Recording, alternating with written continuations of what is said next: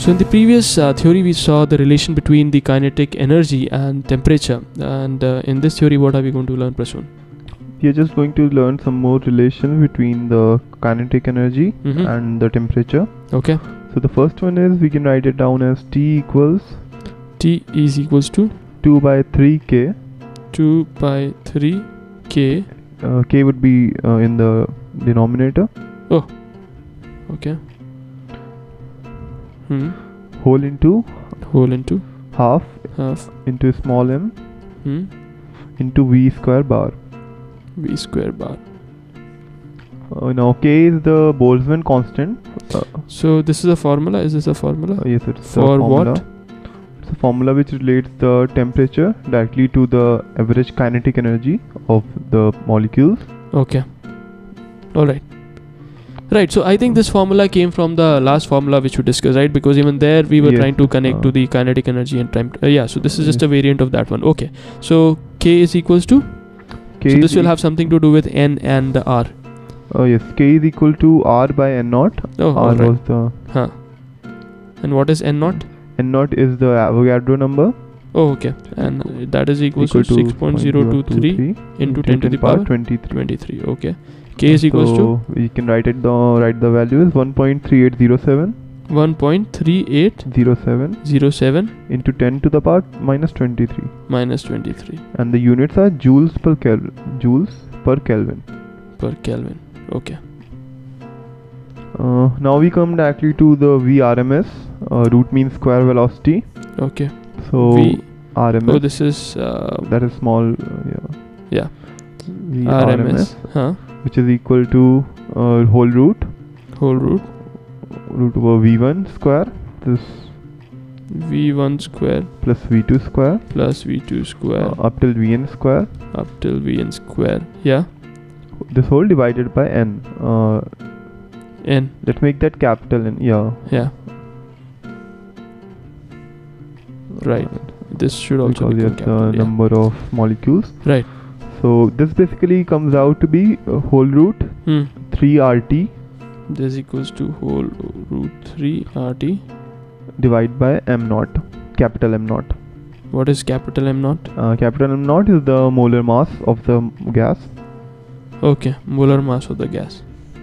Right. So even this, I look at it as a variant of yes, all these are the variants of what we have done.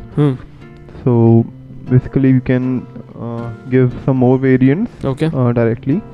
So this would be equal to root over. So this would be all for VRMS. Yeah. Equals root 3 KT.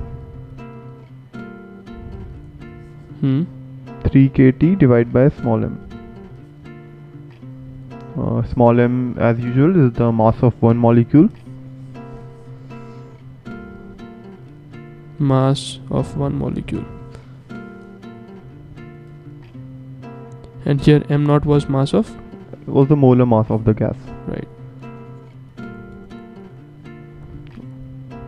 Or the mass of n naught molecules.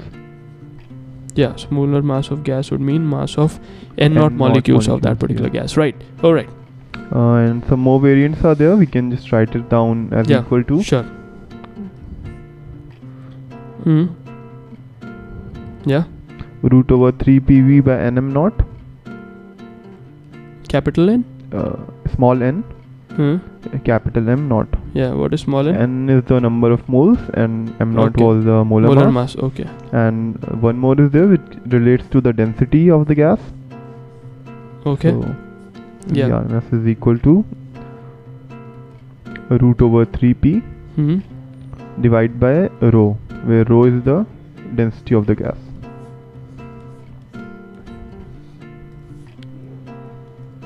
Density of gas, and here N is equals to number of moles.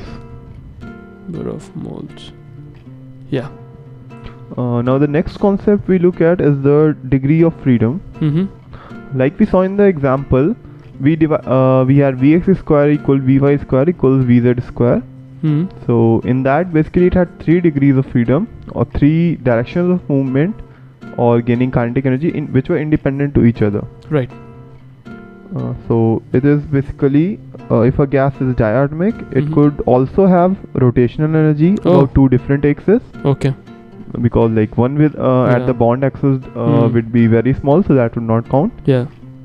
So the degree of freedom for the diatomic molecule would be 5. Oh, so for Uh, diatomic molecule, Molecule. which means a molecule which has two atoms. Two atoms. For that, the degrees of freedom could be 5. 5. How are these 5? So एक तो x y z हो गया. तो XYZ हो गया. उसके बाद क्योंकि वो Suppose these are two molecules. yeah, Right. So they can also they can rotate in this way. this way, and in the plane, and in one more way. Huh. In this way. Yeah.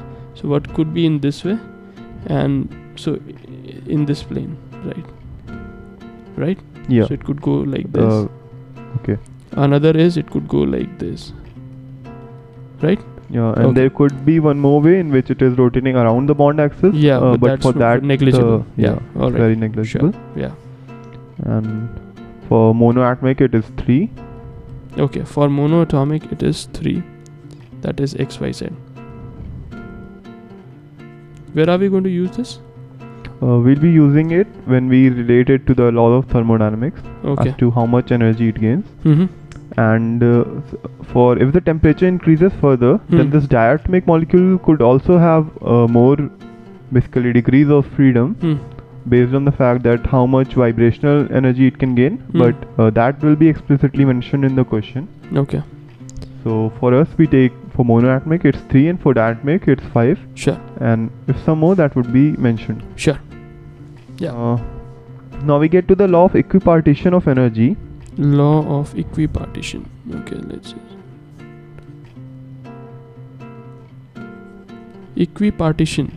What does this mean? As the name suggests, it is trying to say the equal division of energies. Uh-huh.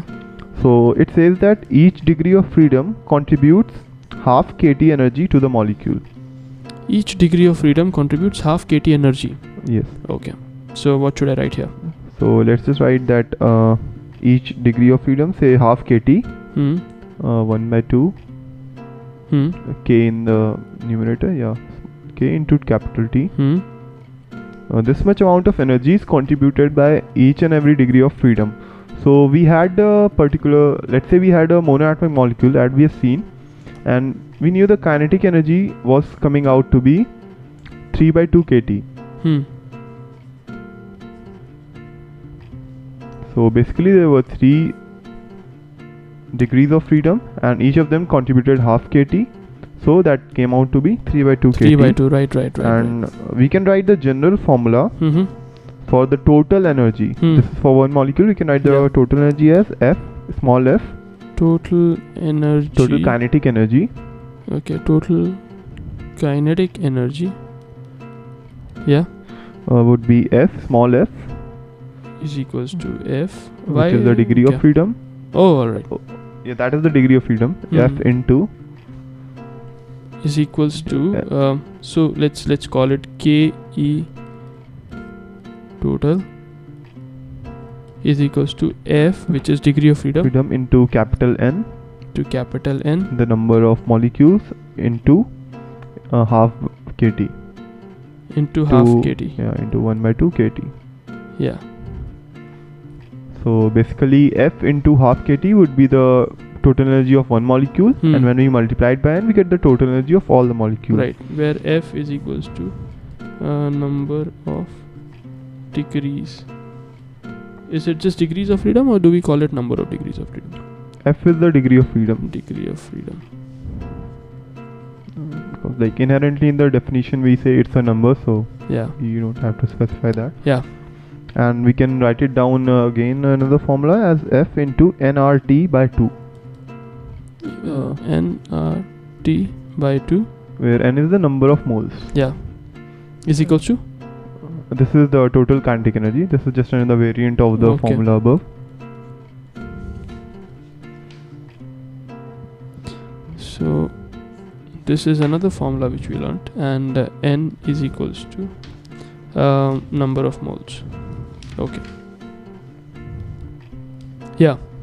There's one more point that F may be greater than 3, but suppose we are asked what is the translational kinetic energy. Okay. So for that we can write just 3 by 2 into nkt. For translational kinetic energy, F is equals to always 3, right? Yeah, F is 3 because it can be moved because there's no rotation. There's only 3 translational, right? And then you put it there and it becomes 3 by 2 kT. Yeah. And then multiply it by n to get for all the molecules. Exactly. Now we move on to our first law of thermodynamics. Okay. So guys, you just learned about law of equipartition of energy.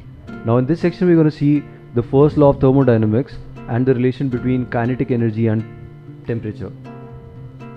Yeah, we have seen that. We'll relate all that to thermodynamics now. So let's see the first law of thermodynamics. We all know it to be Q, which is the heat given, equal to delta U plus W. Delta U is the change in internal energy of the gas, and W is the work done by the gas. Correct.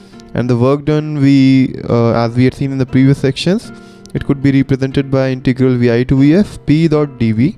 Right. Now for here we have potential energy equals 0, which was in our assumptions. There is no interaction energy between the molecules. U is the internal energy, which would be equal to Ke only. And that since is the kinetic energy. Yes, which is the kinetic energy. And since the kinetic energy we had found out as a function of temperature, it is F into nRT by 2, where F is the degrees of freedom, N is the number of moles, and R is the universal gas constant. Right. So let's move on to molar specific heat. What this is the heat required to change the temperature by 1 Kelvin per mole of the gas. Okay. So basically, if we have 1 mole of gas and we change its temperature by 1 degree Kelvin, then the heat required, the heat given, would be the molar specific heat. Okay. Now we have two particular processes here which are mostly used. One is the constant volume process, which is also called an isochoric process. Right. Isochoric process. So here we see that Q, which is equal to N into C molar into delta T by the definition of the molar specific heat. Here C molar would be CV. For a constant volume we represent it by CV. Right. So the heat given is N into CV into delta T, which would be, by the first law of thermodynamics we applied here, delta U plus the work done. Right. Now this would in turn be equal to delta U only, because W cancels out to 0. Now why is that so? Because it is a constant volume process, and by the work done, which was integral P dV Vi to Vf, dV would always be 0, hence the work done is also 0. Right. So mCV delta T equals FnRT by 2. Now this gives us the formula for CV equals Fr by 2. So let's move for a constant pressure process, which is also known as an isobaric process. Correct. C molar is Cp, we just denote it by Cp. In Q, case of a constant in pressure case of a constant pressure process. Q equals NCP delta T, number of moles into Cp into delta T, which would give the total heat given. This is the application of the first law of thermodynamics, which is equal to change in internal energy plus the work done. So the change in internal energy, you see, is just a function of temperature. Correct. Okay, so we write it down here, FnR delta T by 2 plus this one is delta T plus P. Because the pressure was constant, it was not a function of volume, we can take it out of the integration, right, and write it as integral dV. So NCP delta T equals NCV delta T. Now how did we get from here to here? That is by this formula, because CV was Fr by 2. Right. Okay, so we have basically NCV delta T plus P delta V. Now this is further equals to NCV delta T plus NR delta T. Why so? Because by our gas equation, ideal gas equation, PV equals nRT. Correct. Now the only things that can change are the volume and temperature, because the pressure, it is an isobaric process, so the pressure would be constant and NR are also constant. So P delta V would be equal to NR delta T. Correct. and then by moving on here we get Cp equals Cv plus R. So this is a formula that students can remember for yes, a constant pressure process. And this is for an ideal gas, where Cp is the molar specific heat for a constant pressure process, Right. and Cv is the molar specific heat for a constant volume process. Right. R is the universal gas constant. Correct. So let's see that Cp or Cv may be a function of temperature for real substances, but here we are dealing with the ideal gas. So for the ideal gas they remain constant. Now here are some more processes that which we might come across. So for an isothermal process the temperature remains the same. As the name suggests, yeah. Yeah. Iso means same and thermal is related to the temperature. Right. And adiabatic process is in which no heat is exchanged from the surrounding, that is no heat is given to the system nor is any heat extracted from the system. Correct. Now we have one more concept of mean free path, which is the average distance between the collision for all the particles. Basically if a particle moves, the average of the distance between the various collisions which take place. So we directly we have a formula for here, 1 by pi d square nv. D is the diameter of the gas molecule and nv is the number of molecules per unit volume. So in the last section we learnt about the first law of thermodynamics and the relation between the different molar specific heats. Now Prasu is going to continue about the various kinds of relation between the molar specific heats, and he's going to talk further in this section. So we learned about Cv, which was the molar specific heat in case the volume was constant, and Cp, the molar specific heat in the case pressure was constant, and we got a relation for Cv equals Fr by 2. Right. F was the degree of freedom and Cp equals Cv plus R. Correct. Now let's substitute this relation into this one. We get Cp equals Fr by 2 plus R, and now let's do Cp by Cv. Cp by Cv comes out to be Fr by 2 plus R whole divided by Fr by 2, which comes out to be 1 plus 2 by F. Correct. And we denote this complete thing by gamma. So now we basically ask a question ourselves, why do we need gamma? Right. So we had seen before that adiabatic process was there before, in which the exchange of heat was not there. So for that particular process, the relation between P and V is given by P V to the power gamma equals constant. So this was basically the use of gamma. Right. Now let's move on to a few other velocities. We have this Maxwellian velocity distribution curve here. Right. On the y-axis we have the fraction of molecules, and on the x-axis we have the various velocities. So this curve gives us the distribution of velocities, how the velocities are distributed in the gas sample we have. Right.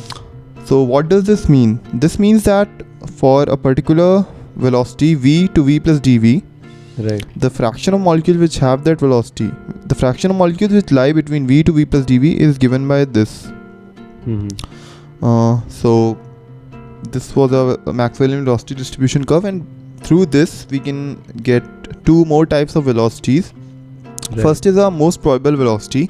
As the name suggests, the most probable velocity is the velocity which is possessed by the most number of molecules or the most fraction of molecules. So this is at the top of the peak, and hence the fraction of molecules which have this particular velocity are the maximum. So this is the most probable velocity. Correct. And we have a V average, or the average velocity, or we are writing it down here as average speed, and we are saying average velocity. So let's just keep in mind that the average velocity when we do the vector addition would come out to be 0 because they are all randomly oriented. Exactly. So here when I say velocity, it is to be taken as the magnitude and not the vector component along with it. Correct. So let's see that v1 plus v2 up till vn divided by n.